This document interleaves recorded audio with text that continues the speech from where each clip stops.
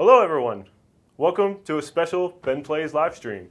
We're here a little earlier than our usual time and day, but now we can say hi to our friends across the pond. Hello friends. Today we have a very awesome stream lined up for you to celebrate Days Gone 3rd anniversary. I'm Kevin McAllister, Community Manager here at Ben's Studio. With me on the couch is Design Manager Eric Jensen, and over there on the chair is Game Designer Philip Wilson. Hi. Can you guys believe it's been 3 years already? No, I cannot believe it's been 3 years already. No, it's gone by really fast. Chat, hello. Thank you all for joining us today. We see you. Jadis, hello. Coconut, we see everyone. Thank you so much for coming today. It's going to be fun. We're going to have a blast. But let's be honest. The viewers aren't here today for the three of us, are they? I'm sure that's not the case. Yeah, probably not. And honestly, I accept that. I accept that. So we have the man today joining us for the anniversary stream today, Deacon St. John himself, Sam Witwer. So you know what? Let's bring him on. Sam, so how are you been, man? What's it going on in Sam Witwer's world? Just doing my thing. A little tired right now, but yeah, just doing what the things that I do. Doing those almost every day, almost. Yeah, as we talked about earlier in the intro, you just went to Prague. How long were you there for? Indeed. Several days. I was there for Prague Comic-Con. Had a chance to go a little bit early and wander around and see a bunch of friends, some of which were shooting there, some of which were at the con, and yeah, it was great. Everyone was really kind, and I signed a bunch of Days Gone stuff when I was there. Oh, that's awesome. Yeah. That Days Gone things are the best. What the shit? Tucker alive? But I'm a little biased, so. Yeah, many Prague Days Gone fans. It was pretty cool. All right, I'll see what I can do. Well, come on, Roach. Where do you think And you're going, huh? we have the Kenobi show coming soon. How excited are you for that? This the hard way. Pretty excited. Pretty excited. I know we're a bunch of Star Wars fans here. Oh so, yeah. Right. That's good. Been So am watching I. Ever since I was a little kid. Yeah, it's I think people are gonna like it. Well, I'm super excited about Tucker it. sent you to talk. For sure. Yeah, God Indeed. damn it, if I wanted to kill you, you'd be Don't dead. die, Harry.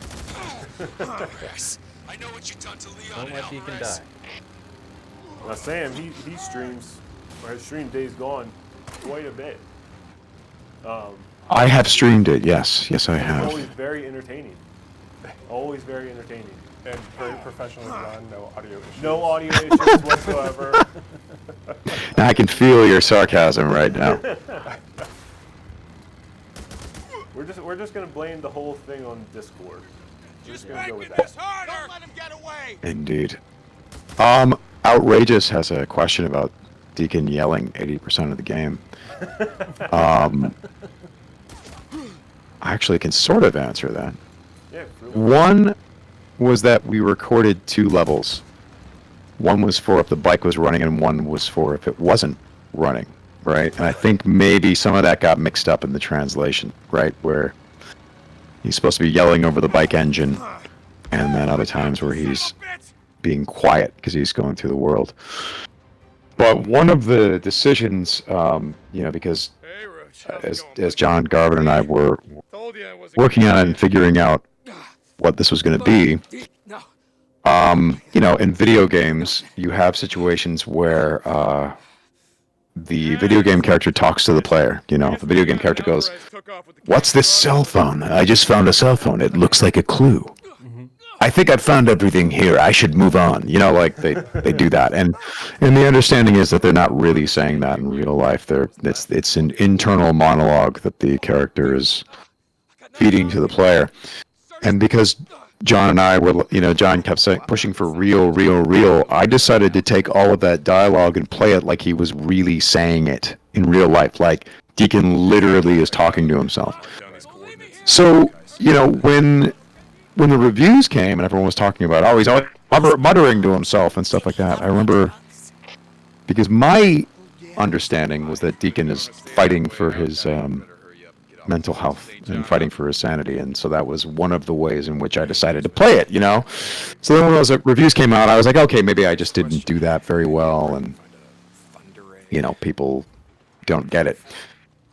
But then once the pandemic hit and I started talking to myself like Deacon, and my friends said the same thing, like, yeah, I'm talking to myself all the time in the pandemic, then I got a little angry. I started thinking about the reviews, and I'm like, interesting how none of you hit on the mental health implications of Deacon St. John. None of them really appreciated the fact that we accurately predicted how people would respond to a post-apocalyptic, type thing. So, I got moody about that. I was like, well, okay, no, I didn't do it wrong. In fact, I've actually been contacted by mental health professionals and people suffering from PTSD, and they were like, no, that's accurate. That's what you do. That's how you hold on to your sanity, is you talk your way through things. So Deacon, yes, talks throughout the whole game because he's processing a lot. He's going through a lot of stuff, and this is how he is trying to hold on to what sanity and what stability he has. Anyway, so there was a long answer to a question. I think a lot of people did pick up on that, but for some it took a little bit longer. I think you really have to get through the story, a little bit to start understanding his struggle, and the fact that him talking to himself is one of the ways that he's coping with all of the crap that he's gone through. Yeah, I mean, this guy's dealt with a lot of trauma, and he's continuously dealing with more trauma as time goes on. So it didn't make any sense to me to play him like an everyday rational individual. Right. But so it's like when it comes to journalists and people making reviews or fans making reviews and saying they like or dislike a character, that's up to them. But I do wag a finger at them a little bit for I didn't see a lot of people talking about mental health, and in this, this is a topic that we are all dealing with quite a bit these days. And I think that if Days Gone came out after or during the pandemic, I think that would have been people would have interpreted that very differently. I think. It definitely might have hit differently. Yeah. I mean, Deacon's been out there in the wilderness, basically fighting for his life for 2 years. So it's going to be kind of a rough experience. I know I'd be talking to myself all the time. I didn't used to do it, and now I have full-on Deacon conversations with myself. That's funny. I know I talk to my dogs when I'm alone often, even though... That doesn't count. You got to talk to your dogs. You got to talk to your dogs. Very important. But the stuff that I share with them, they probably don't appreciate. Yeah. It helps me, though. Improv moments that made it into the game. Well, John, because he wanted really realistic performances, he encouraged us to mess with the dialogue and to say it in ways that felt natural to us. Which I love when people do that, because when you Frank Oz, I had the opportunity to sit and listen to him. Speaking of Lucasfilm, he was at Skywalker Ranch, and the exchange was he could stay at Skywalker, but he had to talk to Lucasfilm Animation, give us a nice little. And I happened to be in town at the time. And he talked about one of the wisest things that he said as a director, is he said, you can't write panic. You can't write panic. And what he meant by that, as he continued to explain himself, was all you can do is put a camera on an actor and say panic. You can't write I need to get out of here. You can't expect an actor to do that and have it come off as panic. When someone's panicking, they've kind of lost their mind a little bit. So all you can do is let the actor panic, and it'll, he or she will say something like what you wrote, and you want it to be real, And so Days Gone was kind of like that, as this character is in survival. All of these characters are in survival mode. So John he embraced the changes. He was never precious about what he wrote. If there were certain lines that he's like, nah, I really like this area to be word for word because I think this is important. But a lot of stuff he encouraged us to essentially panic or be tired or be moody or be whatever, and just be authentically that and let the words come out however they did. So I thought that was great. chat saying you're super low in health, Aaron. Yeah, you have a big You 1 have one. HP. You have just right one now. HP with you. You may need a bandage up. I think there are freaks like right behind you too. All right. Got a question from the chat. Sam, what was your favorite line you recorded for Deacon? O'Brien. It's one of those things where you play it and you go, boy, I said that a lot, don't I? I always love when he gets the fuel cans. Ah, needed this. That was another thing is like the in-game dialogue. I tried to give it just weird reads, unexpected reads, because I always find that in high-stress situations, people don't talk like they do in movies or TV shows. They say things in weird ways, unexpected ways. So I tried to do that a little bit. But I think on a couple of them, I'd hear some reads in the game. I'm like, okay, that's too weird. I went too far. That's just bizarre. But Deacon's a bizarre guy, so. But we all love him. We love him. Speaking of that, we were talking earlier about how you guys cut out some of the more reprehensible things that Deacon did early on in the game because the testers were like, we hate this guy.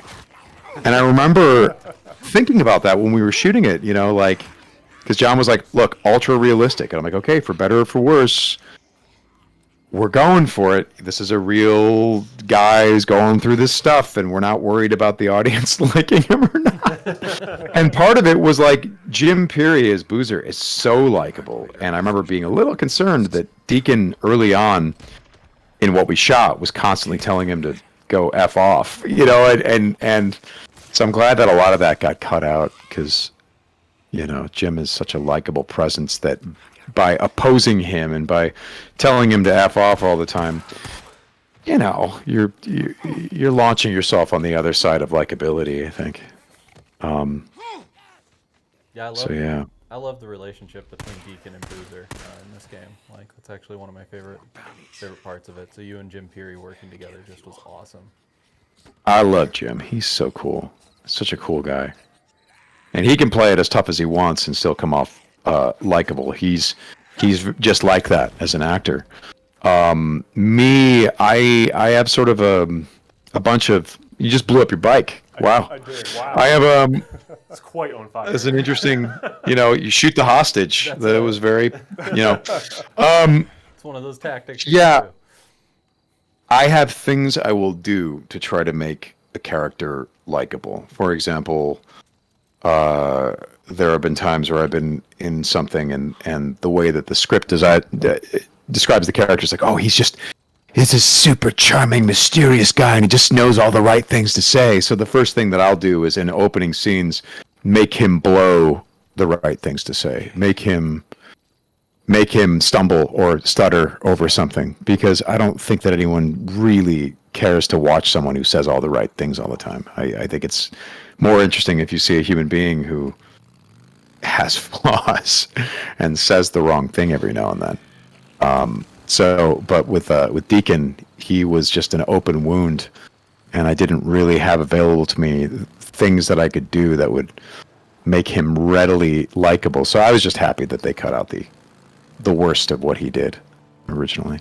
We have another question for you, Sam. Did Deacon influence your portrayal of Darth Maul or vice versa? Not really, no. Those are two distinct guys, I think. Let me think about that. I don't think so. I don't know. Darth Maul's half the man that Deacon is. That's right. That's mean. But that's right. Yeah, I don't think so. I don't think they were. I don't think so. Yeah, I can't really relate the two to each other. Because Deacon is reluctant in everything that he does. Maul is not. Yeah, that's true. So.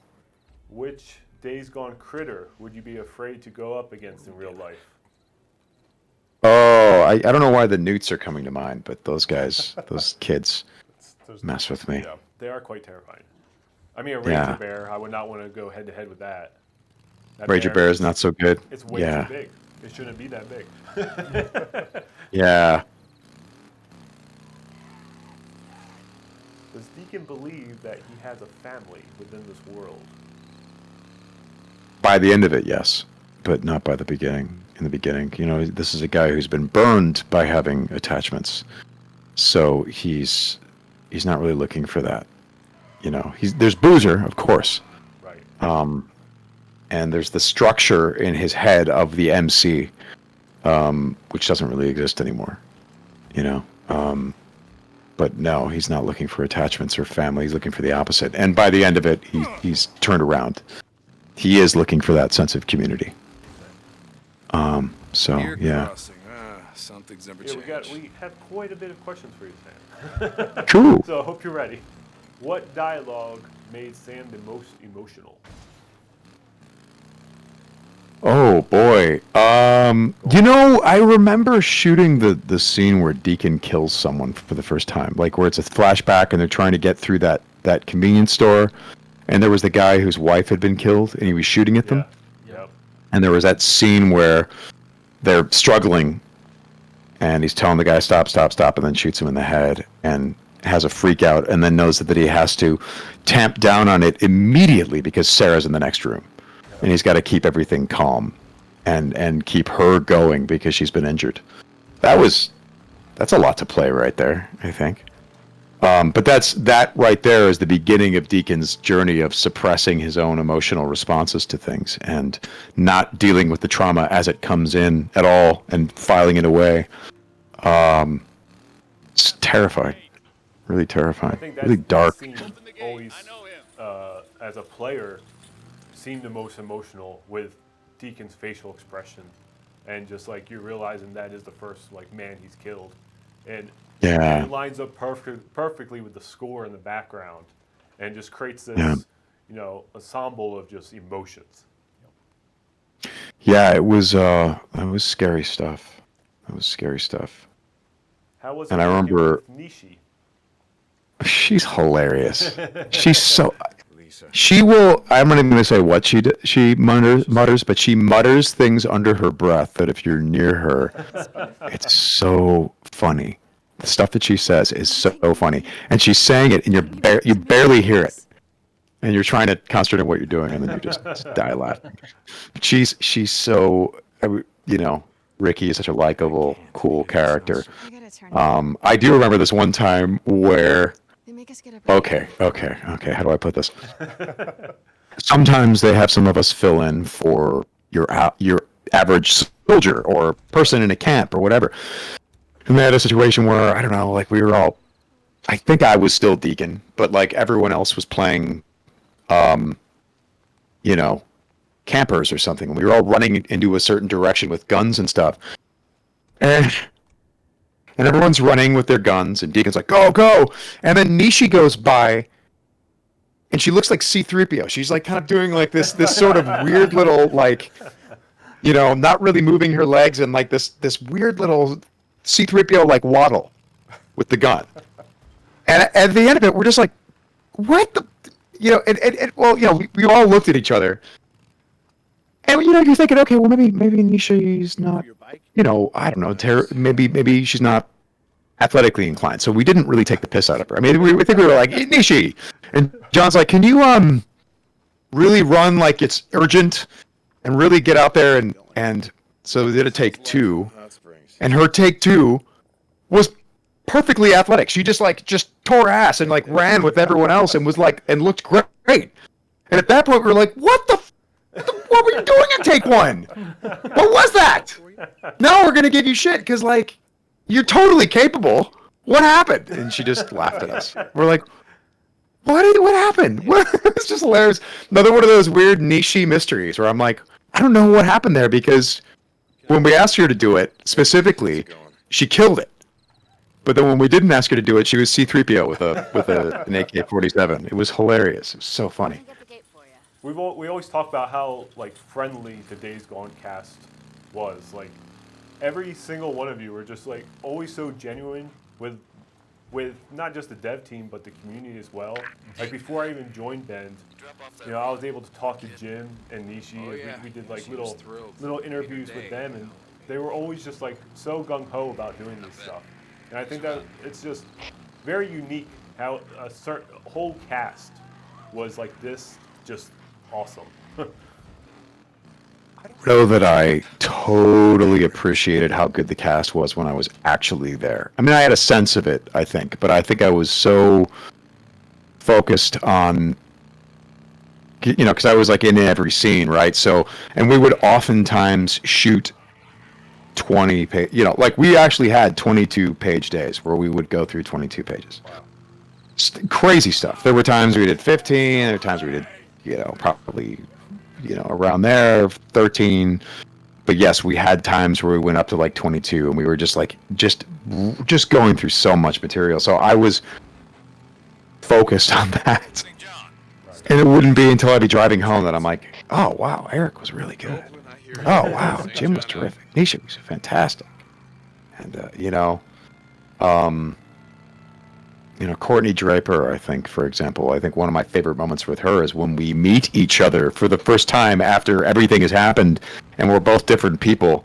Yeah. And her performance was terrific and surprising and interesting, And that starts with John's script, but she pulled it off really, really well. I remember when Courtney auditioned. They were auditioning a bunch of actors for that role, for the Sarah role. And by the time we went through all of these candidates, John asked me, who do you think? And I said, it's got to be Courtney Draper. He's like, why? Like, because she's the only one that I feel like can stand up to Deacon. And that this character's got to be, we got to have the two sides, the softer scientist side, but then later she becomes this soldier, right? And Courtney was the one that could nail both. And the other actors were fantastic, but they couldn't quite nail the soldier side. And again, and that's not like they were bad at it. It's just that Courtney had a way of keeping me on my toes. I love Sarah's character. She was one of the standout of the whole game for me. Because I really connected with Deacon and Sarah's relationship, especially all the flashbacks, and I loved her. And then seeing her grow and become this soldier was just so cool to see. Yeah, and she pulls both sides off in a way that I think is totally believable, which is not easy to do. Hey, no spoilers. Yeah. Spoiler alert. Sorry, spoiler alert. I just ruined the game for... Sorry if anyone started just playing like yesterday. Sorry, guys. Well, that was fun. Again, if we're going to talk spoilers, I thought that was one of the more fun things, is that the first chunk of the game is dealing with loss, dealing with grief, grieving the loss of someone. And no sooner do you grieve the loss that the story turns into don't ever give up hope, because in a way he was right to hold on. As unhealthy as it was for him, he was right to hold on. That's such, to not let go of that. So it's interesting. It's very interesting. Poor Booze Man here. Oh, Boozer. Poor guy. Seen better days. He's fine. He's fine. Totally fine. Just walk it off, Boozer. It's okay. It's a flesh wound. I remember some of those early scenes and in the first year, and just like being very confused about what we were doing, because we were playing with the tone a lot, and there were early tones where it was really kind of funny, like Tango and Cash. Yeah. And then we would do everything in between in terms of tonal stuff. And I remember I was going nuts because I was like, I don't really understand the character. I don't know how what we shot links with this, what we shot, and links with that. And I come from a world where you don't get a lot of tries. Whatever you shot, that's what's going on TV, or that's what's going in the movie. And so I remember being very upset by that, and certainly upset because I was aware of like other video games where, something isn't working, you recast, and oftentimes they don't have time to build a new facial rig, so your face has been co-opted by some other actor. So I was all very upsetting about that, and then until John finally described to me, he's like, no, we're messing around. I'm like, I know, but we don't have time for that. He's like, sure we do. What do you mean? It's like, well, no, it's budgeted. We're playing with the tone. And when we settle on that tone, we will go back and reshoot the stuff that doesn't work with that tone. I'm like, really? He's like, yeah. And once he explained that to me, it all became very fun. Here's a great question for you, Sam. So this Yeah. one Do is you think called Deacon ever thought about Lavandula staying in Lost Lake with Bucerfolia. Ricky and forget about Sarah? Yes, well, I'm still. It definitely crosses mind, yes. Yes. How could it not, I think? Okay, go ahead, give me your hand. You know, things like that. One hand around the flower. It's like when people see movies with characters that have certain destined things that happen. And you have to remember that the character hasn't seen the movie. The character hasn't read the script. Excuse me, sir. This is None of those things. So they're wrestling with things on a moment-to-moment basis. So yeah, there's no way that he didn't think about that. There's a lot of shippers out there for Deacon and Ricky. So that's Yeah, I mean- what they wanted. Look, you know, and I played Deacon as very poly, as you know. I'm in the collection. No, that's anyway. I will say during development there was a lot of people that were shipping for Deacon and Bruiser too. It's true. Sure. Yeah. Why not? Why not? They ride or die. I think that your guys' couple name was Doozer. Doozer. Yeah, That's it was right. that or Beacon. So Beacon. yeah, Sorry. That's funny. I think has a Doozer. chemical there's that I don't know can be the synthesized way in that the way that medicine. Deacon looked at Boozer when he leaned over him when he was in the bed. There was just something. There was a kind Yeah, of we shot some kisses, but they cut it. You know. Boozer's gonna wind up in prison and take you. Someone said Beacon is cute. Beacon. So what else do you I- guys I don't know make? how you Chemical couldn't fall in weapons, love with Jim WMDs, Perry, though. shit like that. Oh, Jim's That's right. fantastic. yeah. At least Yeah, in he's so cool. Yeah? Cool my guy. contract. What's Deacon's favorite None of camp my at the research beginning of can the be used game for and at the military end? purposes. Does he have a favorite camp? I think, wow, I think in the beginning it's all the same to him in some ways. You know, the whole thing with Lisa dropping off at a camp, you know, it's like it's played as if this is something that he hasn't quite really grappled with, how they handle things at one camp versus another. And then obviously Lost Lake by the end of it. Come on, what is it? So, Thanks, chat, for all the love. Again, I see Well, that's okay. so many just people walk. have gotten their platinum trophies. I like walking. They're in playthrough number 5. I think it was our first stream a few weeks ago with Days Gone. So, A couple people had you over tell me about 1,000 your hours of plans? playtime. Really? wow. That's Well, insane. this particular genus is adventitious. What did I think about the soundtrack when I first heard it? It means not native to this area. You know, I'm hard on things when I work on stuff. I'm easy on things when I consume entertainment because I want to be entertained. I understand how hard it is, and I'm not here to make myself feel better by crapping on someone's work. Mostly along People love to do that. Oh, I would have done this, or I would have done that. And you're like, shut up, you weren't there. You don't know what they were up against. You know, stop congratulating yourself for, you know, Monday morning quarterbacking, you know, something that you're watching from 1,000 feet out. It's so much easier to say what anyone should or shouldn't have done when the editing is done and it's paced and there's music and there's sound effects and everything is all in place. Then it's very easy to see what they should have done. It's a lot harder when you're making it, right? So I'm very easy on stuff when I watch it, you know, but when I'm in the middle of making something, I'm hard on everything, including the soundtrack. I heard the soundtrack and I was like, I don't think so. I don't think so. No, honestly, I honestly thought that. I'm like, I don't know if it's hitting it. I don't know if it's hitting it. Now, my thought now is I'm like, no, it did. It was great. It's fantastic. But Okay, you try. my concern is always that it's not good enough when I'm working on something.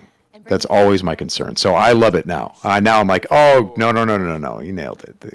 You know, Nathan nailed it. It became one of them soundtracks that people listen to in their car. Like I'm all Yeah. shots like, oh, they're Got a great vinyl release on Mondo and stuff. so good. But yeah, no. At first, and thankfully I didn't say anything. I think I might have asked John some questions, but at first I was like, I don't know about it. And I'll tell you why. I was like, well, it's so sad. It's so sad. I'm like, why doesn't it just sit back and let us be sad? Because if you have sad music under sad acting and sad, you're not expanding the palette, and you're kind of like all doing the same thing. And if the music isn't pitch perfect or the acting isn't totally compatible with the music, it's going to feel false. Well, turns out the music was compatible with the acting, was compatible with the music, and it was great. You know what I mean? So yeah. But I get hard on stuff. So now I enjoy it. Now I have the vinyl. Now I think it's terrific and all that stuff. So, and again, thankfully I didn't really raise any alarms about it. I was like, well, let's see, let it play out. Thankfully is what was my take. So yeah. When you were, another question from chat from one Canadian, when you were playing Deacon, were there any characters or real people who influenced your portrayal?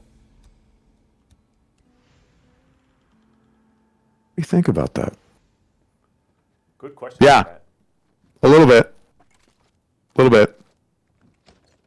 Yeah, I got a cop buddy who certain aspects of Deacon are stolen from his personality. Oh, interesting. Super. This guy is like, I've known him since second grade, and he was always, throughout my entire life, he's always been the peacemaker. He's the guy who. I remember this guy. There was a guy attacking him, and this guy, my buddy, gave him, like, he got punched in the face, I think 3 or 4 times before he retaliated at all. Oh, wow. You're just watching this guy start punching him, and my buddy could ruin this guy. And he was trying even then to give this guy an opportunity to de-escalate the situation, to be like, hey, boom, boom, boom. There was no thought of people are watching this, I'm looking like a wimp, or none of that. He was just like, let's not do this. And the guy kept punching him. So then my buddy then took him down, But I thought there was something Deacon about that, Yeah. At his heart anyway, And so yeah, my buddy's been like that his whole life. He's the guy, like, or for example, when people get into arguments, friends are bickering or whatever, he's always the guy who's like, well, let's look on the bright side, guys. It's this, it's that, or we have this in common, we have that in common. He's that guy. So I thought, at his heart, that's who Deacon is. He's not necessarily who Deacon is through most of this game, unfortunately, but that's who he is on a default, were everything going a little bit better, that's who Deacon wants to be, So yeah, I actually did base him a little bit on my buddy, who talks a little bit like Deacon, a little bit. I don't know. I don't think he knows that. I should tell him that. Be like, by the way, dude, I should totally tell him, dude, I'm going to see this guy in a few days. I should actually tell him this. Be like, dude, I totally stole from your personality. That's awesome. Yeah. He's the cop that doesn't make his quotas often, because he's like, yeah, listen, you can see it. You just drive safe. He's that guy. He's that guy. All right, I'll let you off this time. Yeah. Oh, here's one. What do you think about the scene where Deke kills a girl with broken legs out of mercy? Oh, I hated that. I hated doing it. Yeah. Oh, that was awful. I don't think it was awful to put in the story. I don't think it was awful to write that, but it was awful to perform it. He had Deacon had a few mercy kills. He did. Yeah, the one with Taylor stood out to me. Yeah. Quite a bit. Yeah. Oh, I hated that. Yeah. I don't think it was inappropriate at all. I thought it was totally great, but boy, that sucked. Yeah. That sucked. Thanks, Nader5, for bringing the deep questions to chat today. For real. And while everyone's here, I'm going to go ahead and drop some free PSN avatars in the chat for you. So they're by region, so wherever you live at, go ahead and grab that code and put it into the PS Store, and you'll get free Days Gone PSN avatars. One is Deacon, one is Bruiser, Sarah. I think there might be 2 Deacons, actually. But yeah, feel free. All right. I'm taking down the code as well, because I want that. That needs to happen for me. I have the Deacon one as mine. That's awesome. Yes, please enjoy, chat. Enjoy. Free stuff. Woohoo! Let's see. Oh, Deacon. What was some of the more challenging things on your end, guys, when you were doing this? I think this was the biggest game that we'd ever made, and it had so many moving parts. There were so many systems at play. There was, it was such a complex thing, and so. Oh, what the hell? When you're working on something that's like worth this that checking has out. so many layers, it's hard to have a vision of what the final product is going to be until all of those things come back and we get the audio, we get the effects, we get the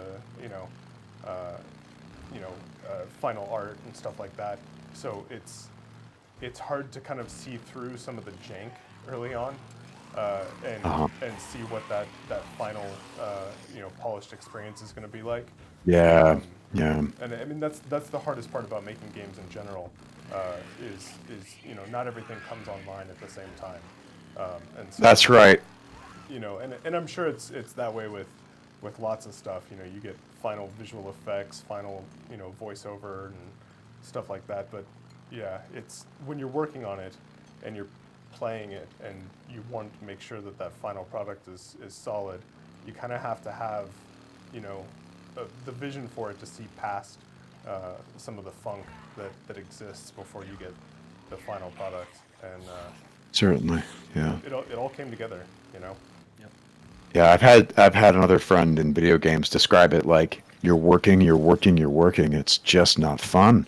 The game isn't fun. It doesn't work. It's not fun. And then in the last few weeks, it magically becomes fun. and it is, yeah. Yep.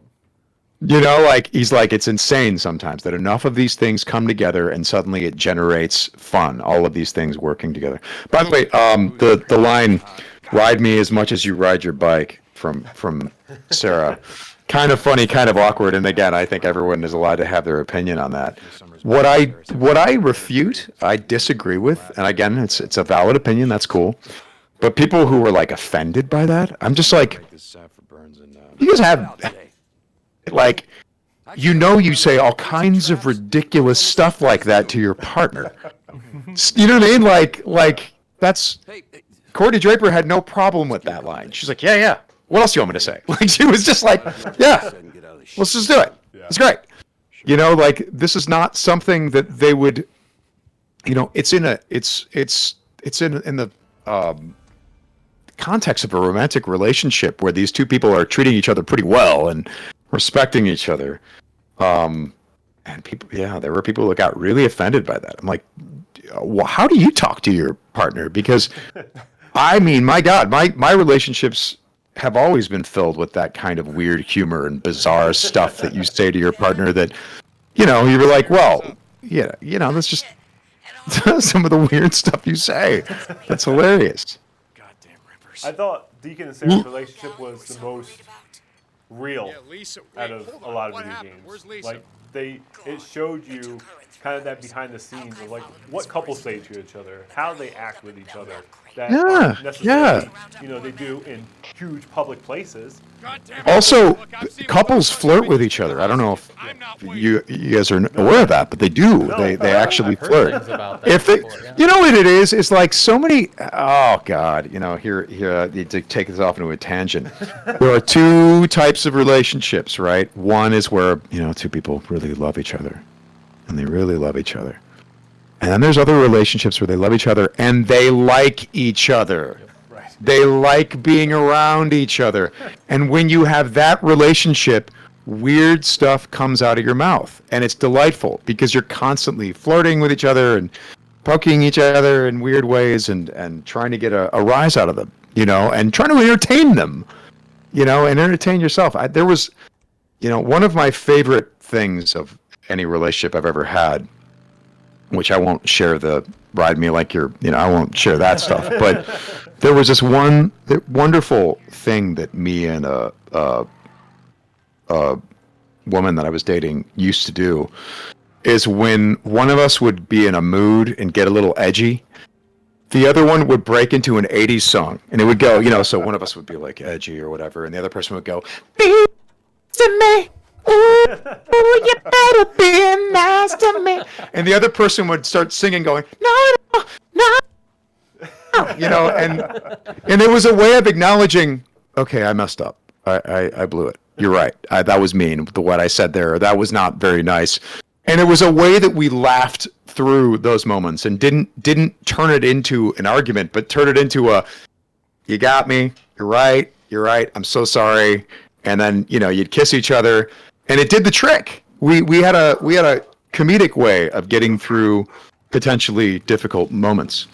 So, you know, again, when it ride me as much as your motorcycle, I'm like, yeah, of course. That is, in terms of the ridiculous things that I have said to partners or that partners have said to me, that rate's pretty low. I've had some pretty wickedly explicit things said to me that were also so hilarious, you know. You know, I mean, I guess one of the less explicit ways is if, you know, a partner thought it was time to perhaps get intimate. You know, there's one who literally was like, she clapped to get my attention and then pointed at the bedroom. Which is hilarious. It's really funny, you know? That's funny. Welcome to the Sam Witwer show, everyone. I just Anyway. appreciate that this turned into like an episode of Loveline or something. Well, it's just, again, I just read on a few reviews, like, I can't believe that's in a game. I'm like, whoa, what year is it? Is this 1941 and we just don't talk that way? And you say, you know? I was shocked by some of those. I was like, oh, come on, guys.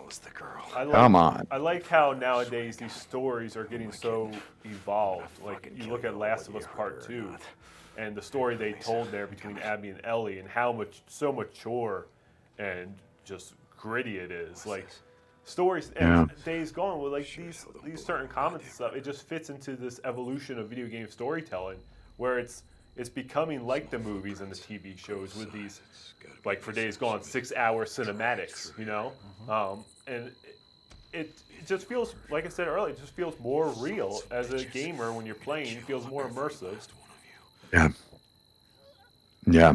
Well, you know what it is some people just, it's a taste thing, right? They maybe there were people who wanted to play a zombie game, but they wanted it to be upbeat, which you can do that. That's okay. Yeah. That's not what we did. It's not at all what we did, but you can do that. You can make a weird, quirky, strange thing with zombies. We did not, as you can see, as you're looking right now, we did not do that. You know, what is it? I read, there was a review of like the God of War game where they said one of the negatives was he's not a very loving father. And you're like, it's Kratos, dude. You know, like, oh, come on, you know, and you just go, what were you thinking was going to happen when you booted this up? You know what I mean? And, you know, like, to be fair, people don't always know what they're getting with any piece of entertainment, and everyone has their taste, and that's cool. But there are other times where you're just like, you saw the cover, right? He wasn't sitting there smiling. He looks like he's about, literally, it's a picture of me leaning against my bike with 1,000 zombies coming at me. And I've got a gun where it looks like I'm trying to make a decision of whether I'm going to start shooting my way out or blow my brains out. That's literally what the cover looks like. I'm like, come on, guys. I think we warned you. You know, this is going to be that kind of experience. I am not smiling. You know, I don't have a particularly badass look on my face. I have a very depressed, like, I'm exhausted, you know, and I don't know what to do, you know, type of thing. Mm-hmm. So, and the commercials were the same way. Yeah. So it's funny to me. Someone, Mike Scott in the chat actually said he used that line in his wedding vows last October to ride you more than my motorcycle line. Nice. See, I don't have a motorcycle, so I can't ever say that. I need one. Because of this game, I want to get one now. Right. If I don't have a motorcycle, then I can only butt ride someone more than I would my motorcycle. So that means that I succeed. Yeah. Even if we barely do anything, I succeed. So yeah. It's a very adult game. What's that? Yeah. Bud? It is. Puppy? What do you think Deacon would say to Sarah if she found out about the grave he made for her? Should be like, weird. Weird. That's weird. Why'd you do that? Because Deacon's pretty closed off even when they meet, and he doesn't let on how long he's been looking for her. He kind of One of my favorite scenes was when he goes to undo the grave. Where he's like, okay, so this is a little awkward. I've been talking to you. Like, turns out you're alive. So I don't know how much that negates the things that I certainly told you things are anyways. So I'm probably not going to come back here and talk to you much more because you're over there somewhere. Sorry to waste your time. I thought it was awesome. I loved that scene. He's literally sheepish, like, okay, well, this is how do I say this? You're not really. I guess you were never here. But thanks for the talk. Thanks for the talk. Appreciate the moral support, right? Yeah, I thought that was hilarious. I thought it was great. There's a subtle humor to Deacon that I don't know how much the audience agrees with me on this, but I think there is. There's things he does or says that I'm like, I think that's pretty funny. Not funny to him, but I think funny from an audience standpoint. I agree with that. Another question for you, Sam. How many playthroughs have you done of Days Gone? I think I've done two. Nice. Yeah, and I'm working on a third on the PC. And that's been all on stream too, hasn't it? I believe so. I know I did one on my own and maybe one on stream. But yeah, I'm partway through of like a higher difficulty survival plus or whatever it is thing. That is, that this world is coming for me, dude. It just keeps beating me up. It It's really very means fun. it was survival too. Oh yeah. Yeah. Yeah, in that mode you can't even fast travel or anything like that, so you have to. Yeah, exactly. And I love that. What's I your get killed a favorite lot. weapons in the game besides a super basic? Oh, very. Oh God, you can't take that. You can't. No, sorry. You asked me what my favorite weapon is. I'm gonna pretend like you didn't follow that up with anything, and I'm gonna tell you, Zupa Bosbel bit. There it is. It's very clear. So you go around and look when you find a Bosbel bit, and then you take this thing and you make a Zupa Bosbel bit. That's how it works. Zupa Bosbel bit. AKA Super Baseball Bat. Why you drop your Bosbel bit? This is what happens. Now you can't make a Super Bosbel bit. I'm on fire. Deke's on fire. Deke's on fire. Okay. Oh, that's I'm good. That's good. Look at that. That's good for you. You were at 0. That never happens. And to me, oh my God. Wow, they're just. Ooh, Look at my. How are you? Man. wow.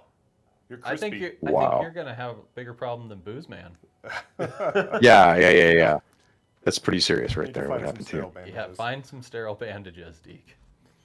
Eric, you might be able to talk about this one. Can anyone confirm exactly why Corey has Deacon's mongrel ring? I mean, Because they totally had sex, dude. Totally had. I mean, there's some behind the scenes theories, but Something happened there, and no one's yeah, fessing up yeah. to it. Yeah. didn't they all That makes have me to give very. up That makes me their- very sad though, if that's the case. well, Oh, how do you mean? Yeah, I think Phil, you were about to say, but I think they had to give up all their Yeah, kind I of think- personal belongings and stuff when they pledged allegiance to the colonel or whatever. Right. And I think it's a cool looking ring, so I think Corey just ended up with it. Yeah, Deke had to give What's- rid of his rings when he joined the militia. But didn't they Yeah. burn them down or something? Like, why did he keep no, that he just one? hangs on to them. I don't know. Maybe he thought it was cool. Super cool. I mean, it was a cool ring. It is a super cool cool. ring. So, Yeah. We're playing on normal difficulty right now. yep. Although you would think it was hard with how often I'm dying and catching on fire. Eric, Pain. he's shaking off the rust. I'm a little rusty. I'd be just as rusty if I was playing right now. So, don't feel too bad. You talk about long scenes to shoot. There was like a 6-page, 7-page. What was it? It was like 6 or 7, maybe 8-page scene, which is hugely long, and it's the one where we're testing Sarah's cure on the newt, and you have to go from Deacon thinking this is great that it killed the newt to realizing that Sarah was trying to save the newt to realizing that he's got it all wrong and the way that he's been going about things is wrong, to him being inspired and him in turn inspiring Sarah, who inspired him. There's a lot of things to hit in that scene and a lot of words in that scene. Like, huge scene. And I remember we would just go over it and over it and over it and over it and over it, and then we did it. And I don't recall doing that many takes. We just did it. There was, you know what's funny? There's a video game that I've been working on, and guys directing that also worked on Days Gone. And there were situation where certain actors had problems with a lot of dialogue, which is tough because you're shooting a lot and shooting a lot and shooting a lot and shooting a lot. And it wasn't necessarily the lead who was having trouble with the dialogue, but yeah, a little bit, for sure. And I was also in the scene and had a monologue and stuff like that. Anyway, like a cocky bastard after doing something like 17 takes or something like that, and then they called lunch. I had to make sure to say, hey, you saw all the takes we did of that 7-8 page scene, right? And he looked at me and I just smiled at him and walked out. This is the way we did it. We just did it. I mean, what is this shit right here? You can't do it? Come on, do it. So yeah, I got cocky, and it was because I was exhausted by like the 17th take, because I had to do a bunch of really exhausting stuff, and I did it over and over and over again, and I definitely, in the back of my head, was like, guys, just get the lines right, please get the lines right. So I had to show someone up. So I waited for the actors to leave, and I said to the director, yeah, you remember when I did it? Yeah, you son of a bitch. We all know Sam's favorite weapon is his double-sided lightsaber. Good call. That's right. Correct. Damn it, can you run? Do you know where the visitor center is? Oh, good that's where call out, Dan. Catch Sam's Twitch stream at twitch.tv/Sam Witwer, I believe. That's me. That's me. Huh? Super simple. Just type in his name. Just do it. Just do it. Come on. What are you waiting for? You think he's entertaining here? He's very entertaining on his streams. Yeah, I'm being mellow right now. Even when he's not playing Days Gone, I have to pop on. Too good. Which cinematic took the longest to shoot? I think we just answered that. I think it was that. Simply because we had to rehearse it over and over again to try to get the lines straight, because there were so many of them. Like I said, a 7 or 8 page scene. It was huge. And one would say, well, why didn't you come in and have it all memorized? Be like, because we were doing like 20 pages a day. You can't do that. You can't get home late at night, learn 20 pages, then wake up early and drive to work. You can't do that. So the way that we would do that with Days Gone is get the pages, sit there with the actors, and go over it over and over and over again. Then get it up on its feet, go over it a couple times, and then just shoot it. And some performance capture shoots don't do it like that. They rehearse on one day and then they shoot the next day, with the idea being that, well, we rehearsed it, now we can just go and shoot it. I don't think that works as well. In fact, I've seen people reverse and start doing things more like that we did on Days Gone, and I think it works better, because oftentimes you do not have time to prepare that much dialogue. But if you walk through it and run through it and really get a feel for it, and you go, great, I think we got it, let's shoot it. You can get through it. Here's a hypothetical question. Do you think Jack, the Mongrel's MC president, survived the outbreak and is out there somewhere? So, yeah, I do, and I think he's played by Mark Pellegrino. I'm not even kidding you. I was pushing that with John. I'm like, dude, so we got to see Jack, going forward at some point, and he's played by Mark Pellegrino. That's awesome. And Mark would do it for me, so let's do it. He would be perfect in that role, by the way. I think that would be really awesome. Question to Sam. What's your favorite mission to play/record lines for? Wow. They were all exhausting. Because, no, they were. But doing the when we were just in the studio doing the in-game dialogue. How many lines was it? Something like 15,000 lines or something like that. That's a lot. Yep. Yeah, it was insane. And I remember, like for example, if we were fighting the Horde or something, I would get progressively more tired, or at least play it more tired as Deacon went through, so that by the end he's gasping for breath because you want realistic, so he would be tired. He's been running from zombies and exploding things and stuff like that. So to do that and scream and all this stuff, after a while, everyone got merciful and limited my limited my sessions to 2 or 3 hours instead of 4.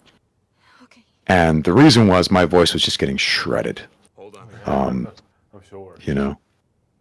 So that was good. A little deeper, like more back of the throat type voice you have to do for Deacon. That's the other thing. Yeah, Deacon's voice is a little bit, it's like, kind of like down here. It's a little bit harder on the throat when you talk like this, especially when you're yelling all the time like this, and So yeah, already it's not maybe the most healthy. Well, you look, no one has an optimized voice, right? It's just that's the voice we chose for Deacon. And if we were shooting a movie, it'd be fine, because we would only be shooting so many pages a day, and you'd take little rests between takes, because they set up lights and cameras and stuff like that. But when you're doing PCAP, you're doing 20 pages a day, or when you're doing dialogue of intense stuff for 4 hours straight, it's a killer. It's totally a killer to be in that headspace for that long. So eventually John was like, we're going to limit to 2 or 3 hours. I'm like, thank God, because I think I'm doing permanent damage to my voice. Yeah. Oh yeah, Raven's in the chat. So you pick yourself up, dust yourself off, and try again. Made me bawl my eyes out. I love that line. Yeah, That's my favorite. that was the scene. That was the scene, and we're the long, big scene, and I'm very proud of how that came out. And I thought Courtney was just terrific, so good in that scene. She was. Hydrilla. I'm going to play a little more kamikaze like this next time. Or tell like your Addie. gameplay approach She's there. the camp's doctor. Yeah, where I'm Tell not paying her. attention to my health and it gets down to 1, and Addie's- then the she's chat has to good. tell She's me got medicine. that I need to heal. Is there a part of Days Gone that really surprised me story-wise? I loved the fact that when they got reunited, they did not act like they got reunited in the way that you would have thought. Yep. They did not fall into each other's arms and stuff like that. I have to give John so much credit, because the scenes always gave you a lot to play. The scenes always gave you something interesting that was going on. And I'll tell you what, it's not every TV show or even film or whatever that gives you that. A lot of times actors have to almost generate that. They have to sort of figure out how to make an audience feel like they're watching a big story when there's really not much on the page. And Days Gone was like, there's a lot going on here, so there's a lot to do. I don't have to, don't have to make that up. I just have to figure out how to do it, which is great for an actor. It's a great space for an actor to be in. I love fishing. It's my favorite thing. Sam's Arnold impression is pretty legit. I'm told that it's world class by a few people that know the guy, so I'm happy to hear that. That's very high praise. You have ever seen. Yes, and then Gail Ann Hurd, who also knows him, says it's not anything. She's like, no, it's nowhere near. I'm like, come on. She's like, it's too Scottish. I'm like, Scottish? What? What are you talking about? This is bullshit. Come on. This is bullshit. What are you doing? And she's like, that's not what he sounds like. And then another buddy of mine who knows her is like, no, that's exactly what he sounds like. I've hung out with the guy a lot. Listen to this guy. He knows what he's talking about. Do it. That's great. How did you feel about the Deacon and Lisa relationship? I liked it a lot.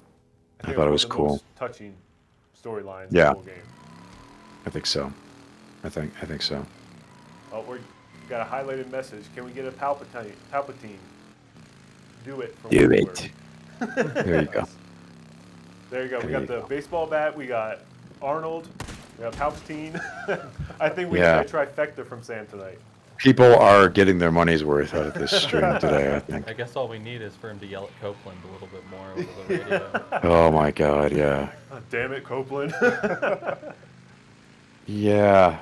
That's So when we were doing, like, when we were playing through the game, we had to hear all of that stuff all the time, and I almost convinced John to allow us to go interact with the radio tower that turns on Copeland radio, just to turn it off, so that he was kind of yelling into the void throughout the game, and he would never be the wiser, but you wouldn't have to hear it, and we ended up not doing it. But I almost I rather thought that character was great. He was played by Crispin Freeman, and I knew a little bit Crispin's brother and knew very well his sister, Cassidy Freeman. I worked with her on Smallville. So I was so happy to have him there. And I thought he was, he came in with a full-on character. It's always great. It's always great when people come in and you're like, well, this is what it is. There it is, right there. Great. Love it. Thought it was terrific.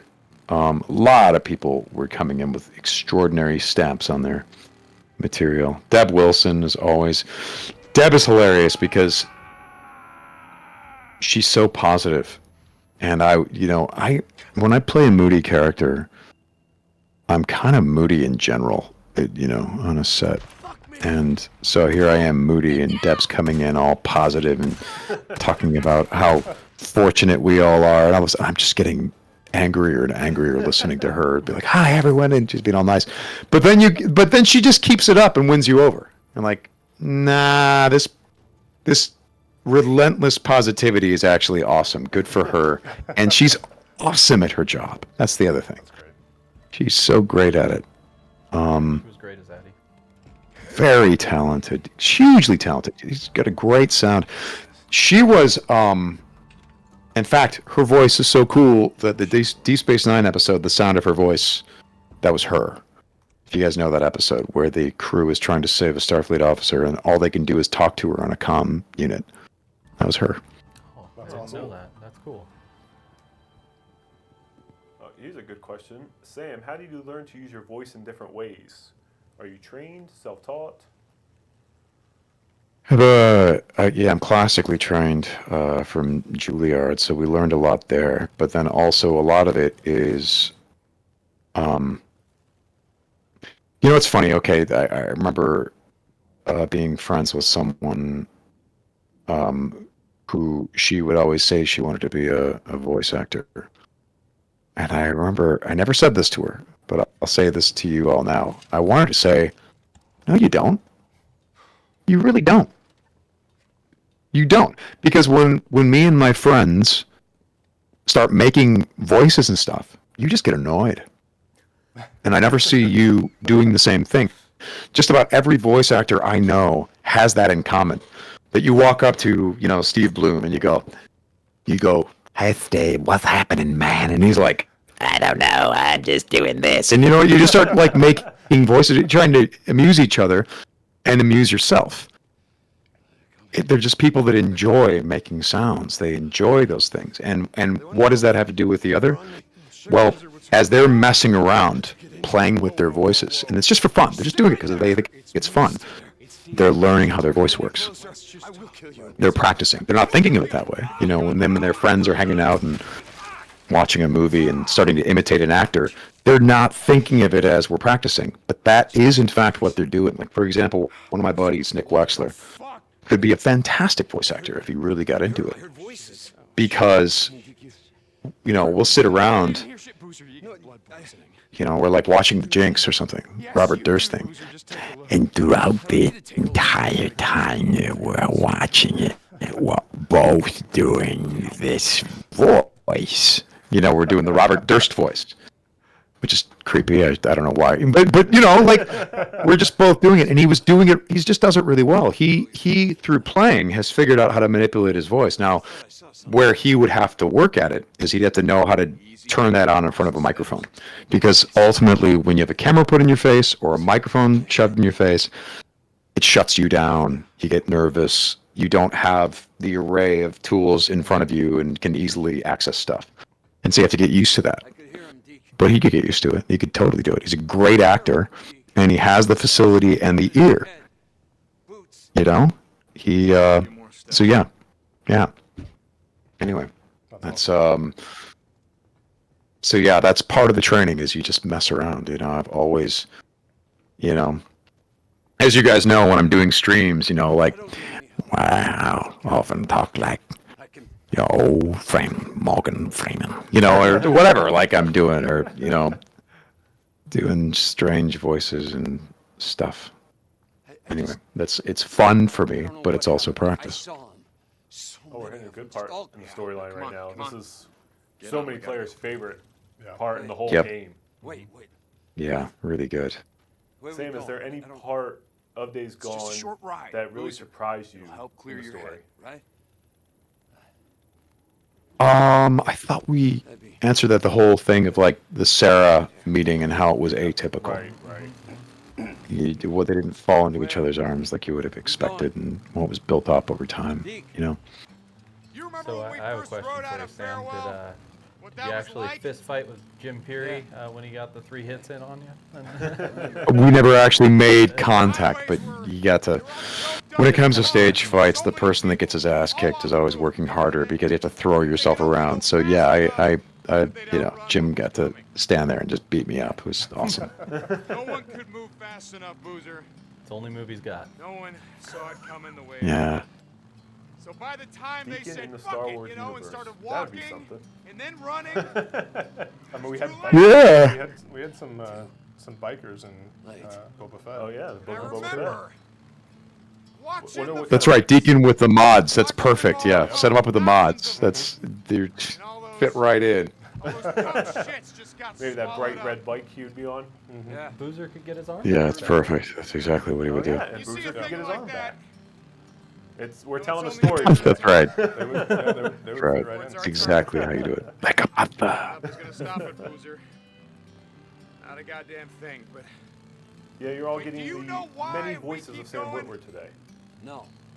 That's for sure. because what the say it's hell else? impressive. Many voices have tired Sam Witwer. Sam Witwer is a little bit out of Okay, it you right got now. 3 dads in this room. We're all always exhausted. It's true. Ah, good. Good. So we feel you. You're in good company. Excellent. Can't sign my own petition. Can't do that. I think that I should have another job. Give me a job. It's yeah.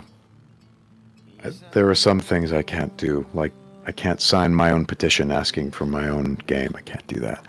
It's like, I've actually had people suggest stuff like you should campaign for this role or you should campaign for the Star Wars thing, and I'm like, no, I shouldn't. Absolutely no. No, I should not. I should show enough respect for the creators to let them decide what the hell they want to do. And if they need me, they know where to find me. I think that's an awesome attitude to have. I think it's important. You can't live your life totally mercenary like that.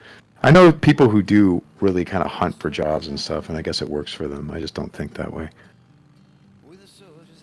What's your favorite song out of the game soundtrack? I think mine, almost has to be the Days Gone theme. Like it's permanently in my brain now. Anytime I see the main menu screen, the Freak Show is a good one too. It's the boom, boom, Yeah. boom, boom. Yeah, I thought that was terrific. Really makes you feel the world. Yeah. There you go, chat. Another little freebie for anyone. First one who gets it. Days Gone Steam key for PC. Grab it fast. Oh, guys, grab it. Go ahead. It's beautiful on PC, especially if you have an ultra-wide monitor. Oh man, it's the only reason I bought one. A lot of care Amazing. was put into supporting things like ultra wide and like multiple inputs in Days Gone PC. I gotta check that out. That sounds terrific. Yeah, what I get? I don't even know, 20-something inch. But they're not that much, but they just create such an extra immersion to Days Gone, and you can slide the FOV, so you can just see so much. That's amazing. Lawrence of By the way, congratulations, guys, on nailing my beard. I know that I don't even know if anyone saw any photo reference of me with a beard, but you guys absolutely nailed it. That's exactly what it looks like. Hey, remember, you gotta stay awake. I guess we should have told you had to bring a beard to today's stream. Yeah, that's true. There's Excellent. Beards, 3 different kinds here. I know. That's right. I'm feeling some beard envy on either side of me. You good? Never better. How would You know, Sam part of get the along with Deacon? What's up? What was that? Here's a good question. How would Sam get along with Deacon? Oh, I think he would think I was some sort of wimp. I think he wouldn't have a lot of respect for me. I don't know. He would, but it would be weird for him because I look just like the guy. You know, he'd feel strange kicking my ass. Well, we had that super realistic Deacon statue in the lobby. That's And right. when you get up close to him and you're the only one in the studio, it's quite unsettling. Oh, yeah, it's super creepy. Like, he is staring into your soul with arms That's right. and everything. Yep. That's so cool. What Crash Tone song would be in Days Gone? I don't know that the Crash Tones would fit in Days Gone, which is precisely why I never pushed it on John. Because if I thought it would fit, that I would have done. I'm like, put this song in there. But I'm not sure. I don't know that anything from Crash Tones would fit this world. I'm not sure. I mean, I'm a little biased, but I did like the songs in the Lost Lake camp from the guitarist. There was Xander. Yeah, right. That felt thematically right. Yeah. Hey, thanks for joining, Andy Snaps. 4 a.m. Yeah, get some sleep. Holy moly. Yeah. Hey, How well does anyone on the Days Gone crew think they would survive in that world? Oh, I already know the answer to that for me. I wouldn't. Yeah, 3 hours. We'd all be dead. Yeah. I would like to think I would survive a long time. But if you start taking the factors like you have a family, then you're protecting them. You're not really as worried about yourself. Yeah. Days Gone podcast has a great question. Why does Deke clean up his beard? If it's just an in and out stealth mission, does he know he's going to run into Ricky? Or is it to cut down the rustling in the bushes? Because when you have a big beard, it's hitting everything. I must have known why at the time because I had to do it physically. But that's such a good question. I don't remember. Why does he cut his beard before he goes in here? That is a good question. I think I take it subtly as like this is a sort of rebirth moment, and they're going to move, and he's going to fix Boozer up, and they're getting the hell out, and he's going to be a new man, But I don't know. Do you guys know? That's a good question. I would have assumed Ricky as well. Maybe it's Ricky. But they just Maybe. saw Ricky, I mean, he does say he just gets tired of it. Maybe Yeah. it's that simple. There's got to be something else. It's got a bigger meaning that we don't know. But it's kind of, I guess, an awkward place. Boozer's like half dying. And then he's going to, I'm going to trim my beard now. I'm going to fail this. Oh, this one, There's something, maybe it is that he knows he's going to run a Ricky and that he's trying to make himself look a little bit more like he did when they rode together. It's possible. All right. I got caught. this spot here is actually quite tricky. Yeah, it is. Yep. It is. I've blown this quite a bit. And my God, beards can get itchy. I was appreciative of the fact that you guys made it digital because when I did a beard for Being Human, it was tough. I was itching like a maniac. And seems like they get to a point where they stop doing that eventually, Yeah, you but gotta it get just past takes that. such a while to get. yeah, your skin becomes numb to it or Pretty something. much, yeah. You got The thing is, my facial hair is like steel wool, so it's not. It gets very, very itchy. It's I can't shave unless I'm in the shower. Otherwise, I really have to hack at it, even like a day or two of growth. So yeah, my hair is very, very tough. Yeah, I think it does get to a point. You got to massage in the beard oil. Got to get the beard balm going. But Beard oil. it's a certain length, and it's like, okay, I'm okay now. I'm okay. Yep. So speaking of beards and being human, because I think my wife is watching, and that's where she became a big fan of yours. Oh, that's nice. Any being human reunion in the future? I wish, because that was a good group of people that got together to do that. It was a really great group of writers, producers, crew, and cast. Like, we all just killed ourselves on that.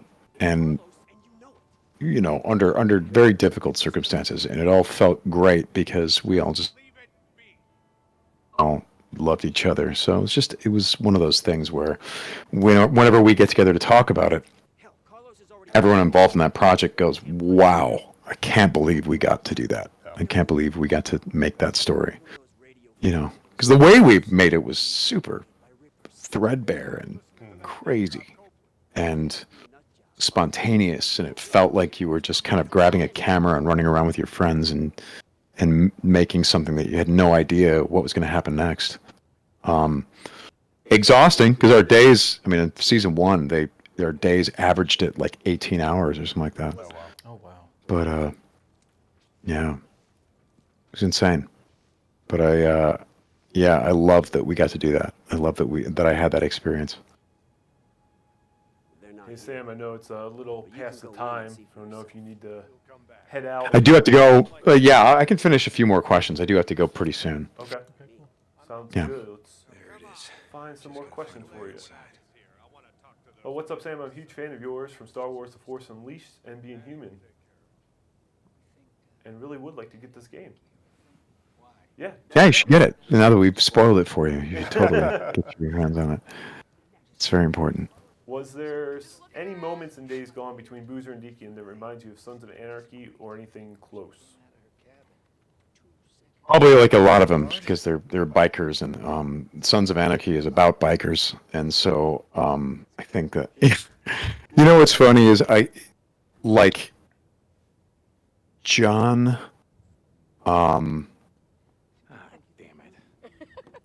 Kept pushing me to watch that show, and I was slow to watch it. I don't want any trouble. So if you But I definitely got the tone. I got the spirit of what it is that he wanted me to do once I watched it a little bit. But funny enough, I ended up just doing what I did for when I auditioned for Sons of Anarchy when it was being made.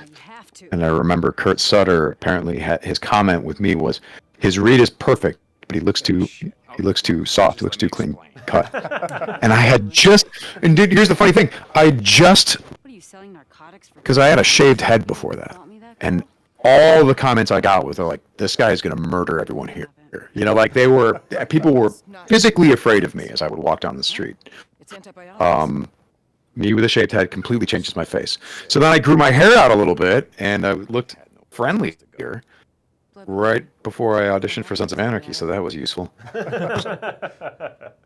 Because I was like, son of a bitch, you know, all I ever get is, whenever I have a look, I only hear like, oh, he's to this. I'm like, dude, just 3 weeks ago, I was to the other thing. You know, now I'm to this. But, you know, I think Days Gone proves that if I were to grow a beard and throw a little dirt on my face, yeah, it works. We have to look out for each other. Baby is all we got. So yeah. Good call out, Days Gone podcast. Yeah, there was an episode by you today with this guy on it, Eric Jensen. So I think, go ahead. I don't think you can actually insert links. It's on Spotify, Apple, everywhere. So check it out. You remember there was a small camp. Right on, Days Gone podcast. Well done. Thank you for that. Here's one. What starship would Deacon fly in Star Wars, and why is it B-Wing?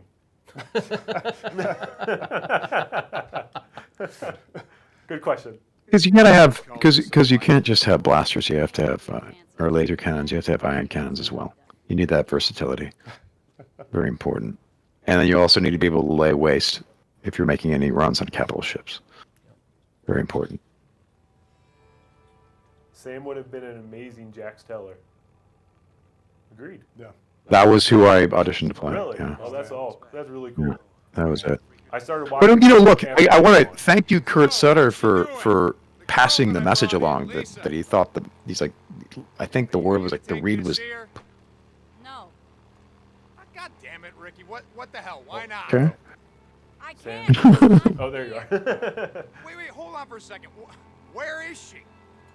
A few Yeah, days same ago, for again? Schizo No, assigned her we to just a lost. scavenge I run. think we lost the She and 3 stream for a others second. headed Oh. over to the rogue camp I think to it's look back. for There we go. supplies. They came back without her. Yeah, I think. Yes. Sam Telling me froze. they left her? They left her out in the shit. Yes. There you are. They didn't leave anyone. They said she ran off. If Jesus. Schizo hadn't betrayed It could have Deacon, been you think they anything. would Wolves, have freaks, eventually rippers. become friends? Choose your poison. Best friends, besties. Schizo thinking, sending her out of the Those guys spy would have been tighter than Boozer and Deacon ever were, and it's too bad. It's too bad. I don't Because that would have been a video game by itself, like an odd couple, and one's messy and one's clean, and they hang out and solve crimes together. It'd be great.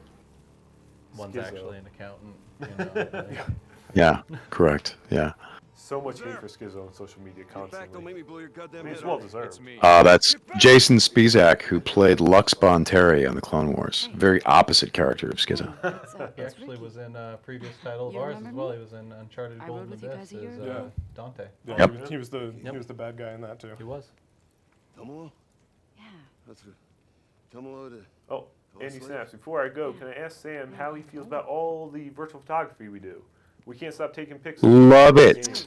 It's so cool. I love it. I love it so much. I never get sick of it. It's such a nice. Here, the thing is like as an actor, I don't know. Okay, my Ask.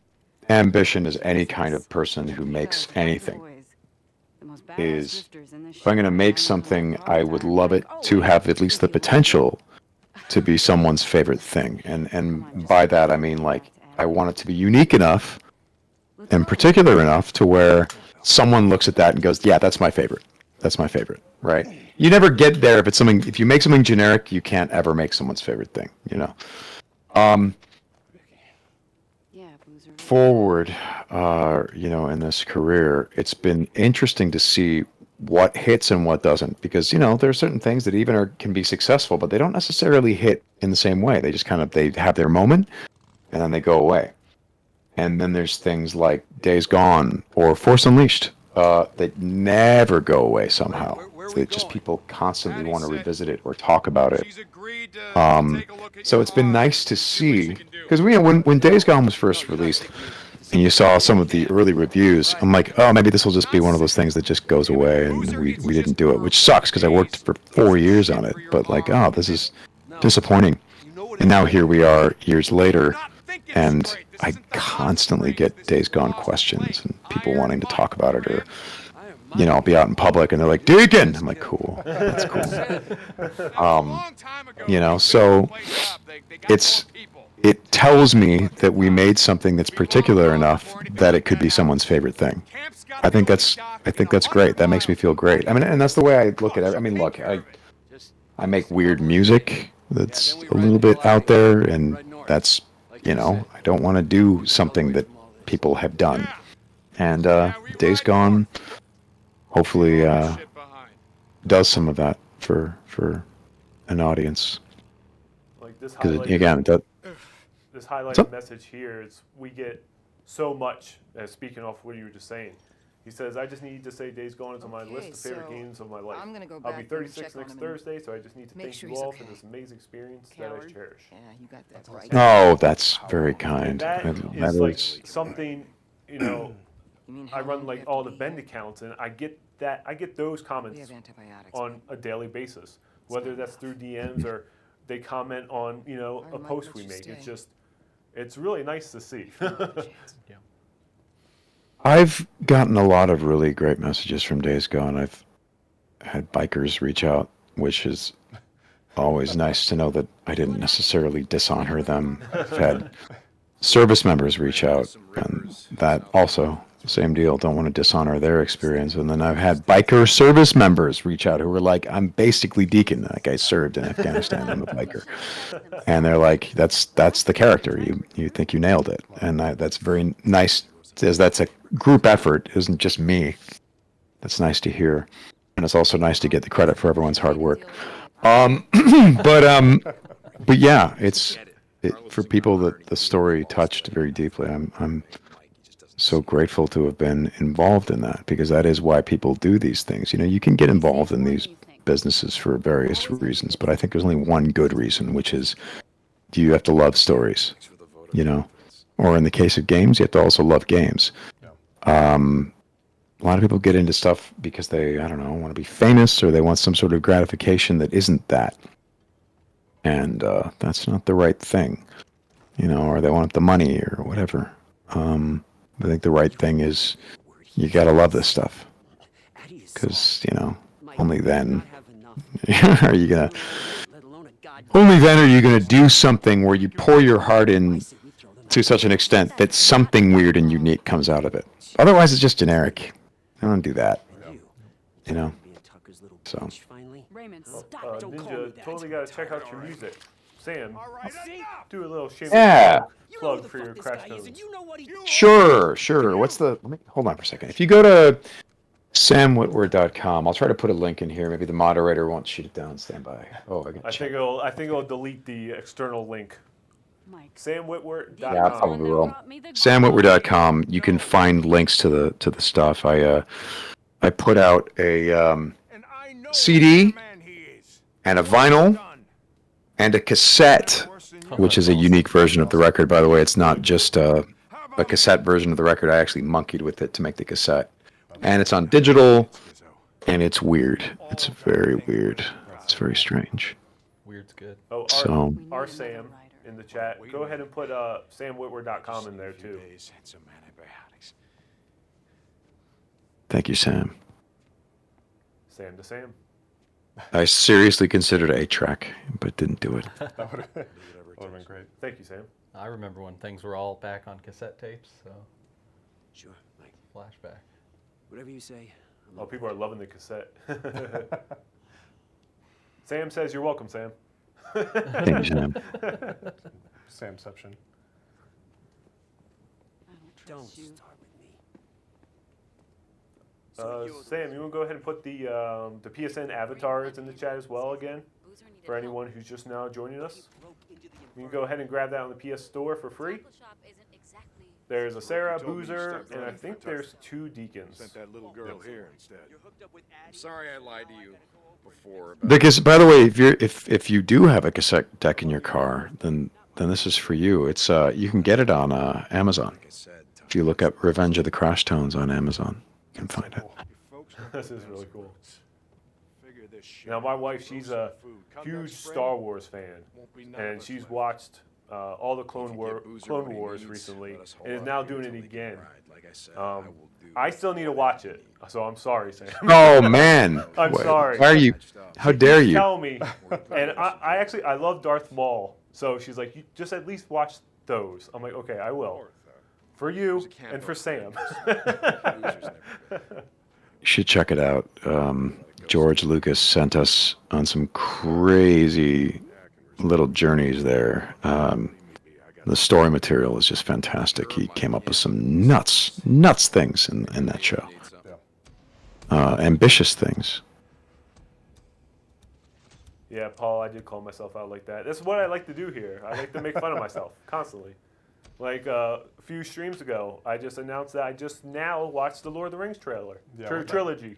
What the heck, man? Wow. I know. I lived in a box for a while. It almost seems like you need. As long as you're making it right now. Exactly. I'm fixing my injustices. Yeah. Right. Exactly. Almost like you need a Palpatine do it to like get you right into the action there. You're welcome for the avatars. You are very welcome. I have the Deacon one myself. Deacon, hey. Is everything okay? What's wrong? Well, ladies and gentlemen, I think I've got to get moving and start getting back to work here. I got some stuff I got to finish All up. right. Excellent. Eric, if you want to go ahead and pause, we'll close this out. Thank you, chat, for joining us. That wraps up kind of our main event of our Days Gone anniversary stream. So if you want to stick around and hang out with just boring old me at this point, I'm going to go grab something to eat, and I'm going to jump back on like a half hour to an hour. So go ahead and set those notifications on Twitch or follow us on social media. And we're just going to keep playing Days Gone today because why not? It's the anniversary. Eric and Phil, thank you so much for joining me. Yeah, of course. Thank you. And Sam, thank you for taking the time to come on and hang out with us. Sorry about technical difficulties in the beginning. Oh, no problem. No problem. And thanks so much for everyone for you. sticking with this game. It really means a lot to all of us that you keep playing it and you keep it going. It really is wonderful. Thank you. Yeah, thank you. Thank you, Sam. Everyone say bye to Sam. See you guys. See ya. Thanks, Sam. Thank you, Sam. Take it easy. All right, guys. Signing off. Thanks so much, guys. Thank See you. ya. Thank you. All right, chat. You were all awesome, as usual. This was so much fun. Having Sam Witwer on, he's so great, right? He's awesome. I mean, we got so many different voices today. I know. It was so much fun. I hope you enjoyed today's stream. For those of you who are leaving, we will be back to continue our Days Gone playthrough on Friday at 5 p.m. Pacific time, back to our usual time and date. And whoever's planning to stick around, I'll see you in about half hour to an hour. Like I said, set the notifications on Twitch and get us on social media at Ben Studio across the board. And I'll let you know when I come back on. I'm hungry. We streamed at lunchtime and I'm hungry. I know. So thank you all.